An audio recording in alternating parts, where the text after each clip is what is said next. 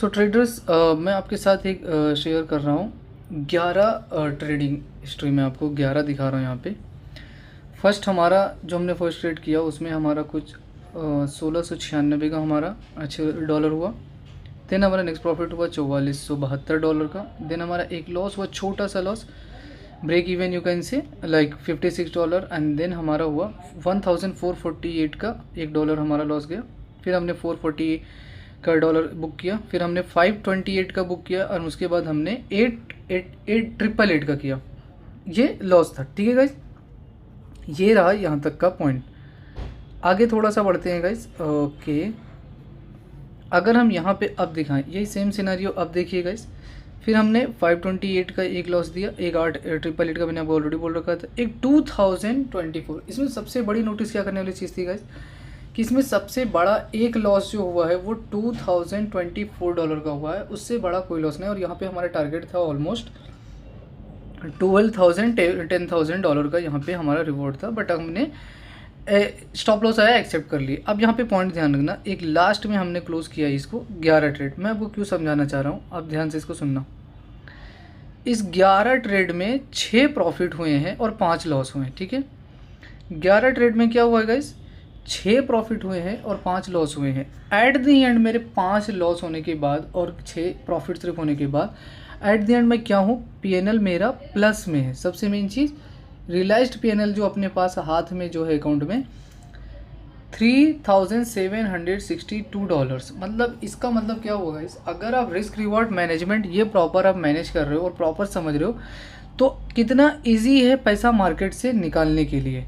Okay, यहाँ पे देखो मैं पॉइंट समझा रहा हूँ, एक बहुत इंपॉर्टेंट पॉइंट समझना आप गाइस। ये चीज़ें देखना बहुत ज़रूरी है कि ये कंटिन्यूशन आपके ट्रेड जब 4-4, 5-5 हो जाते हैं। मैं आपके लिए जस्ट ये किया हूँ, जब भी आपके कंटिन्यूशन 4-5 टारगेट हो जाते हैं तो अगर ये 2 लॉस फॉर एग्जांपल उसके बाद हो गए, मतलब 6 ट्रेड हो चुकी है, तो आपको क्या करना है, नेक्स्ट आपका 7 ट्रेड नहीं होना चाहिए, 8 ट्रेड नहीं होना चाहिए, 9 ट्रेड भी नहीं होना चाहिए। लास्ट ये 3 दिन आपका क्या करना चाहिए, रेस्ट होना चाहिए। क्या होना चाहिए गाइस, यहाँ पे ये रेस्ट डे होना चाहिए आपका। ये जैसे आपका रेस्ट कंप्लीट होता है, आप क्या करो 10 डेज पे आके और एक अच्छा सा पहले चार्ट बनाओ और चार्ट वहाँ पे देखो, मार्केट एक अच्छा सा कंफर्मेशन दे रहा है, यहाँ पे आओ। हाँ, ये ब्रेकआउट हुआ, यहाँ पे एक रिटेस्ट लिया, इसके बाद ब्रेकआउट दिया, कंफर्मेशन है, हमारा फर्स्ट टारगेट यहाँ पे रहेगा, ये स्टॉप लॉस हो जाना चाहिए और यहाँ से आपको कंफर्मेशन आपका अपना एंट्री हो जाना चाहिए। तो ये आपको क्या बहुत ज़्यादा कॉन्फिडेंस बूस्ट करेगा और इससे क्या होगा, बहुत ज़्यादा आपकी अकाउंट जो होगा बहुत तेज़ी से ग्रो करेगा और आपका ट्रेडिंग सेटअप बहुत अच्छा हो जाएगा, ठीक है। ट्रेडिंग में स्ट्रेटेजी या कुछ भी आप यूज़ करो, जो कि जब तक आप पेशेंस एंड साइकोलॉजी अपना सही नहीं रखोगे, रिस्क मैनेजमेंट नहीं प्रॉपर रहेगा, आप 4 ट्रेड में 2-2 हज़ार करके लॉस ले रहे हो, गाइट मीन्स 8,000 का लॉस हो रहा है। लेकिन अगर 4 ट्रेड में आपने 1:3 फॉलो कर लिया तो मीन्स अगर 3 ट्रेड में अगर आपके टारगेट हिट हो रहे हैं तो आपको 18 से $20,000 वहाँ पे मार्केट देने के लिए रेडी रहेगा। सो आई होप यू अंडरस्टूड कि मैं क्या कहना चाहता हूँ, तो आप समझ गए होंगे। तो ये चीज़ मैं इसलिए बोलता हूँ कि देखो, जब ये फर्स्ट मेरे टारगेट ये 4 जब हो गए थे, मैं यहाँ पे अच्छा खासा मेरे पास एक अमाउंट आ चुका था, ठीक है, $6-7 का अप्रोच हो चुका था। जब ये हुआ मैं समझ गया यहाँ पे मेरा क्या लिख चुका है, ब्रेक इवन, ठीक है।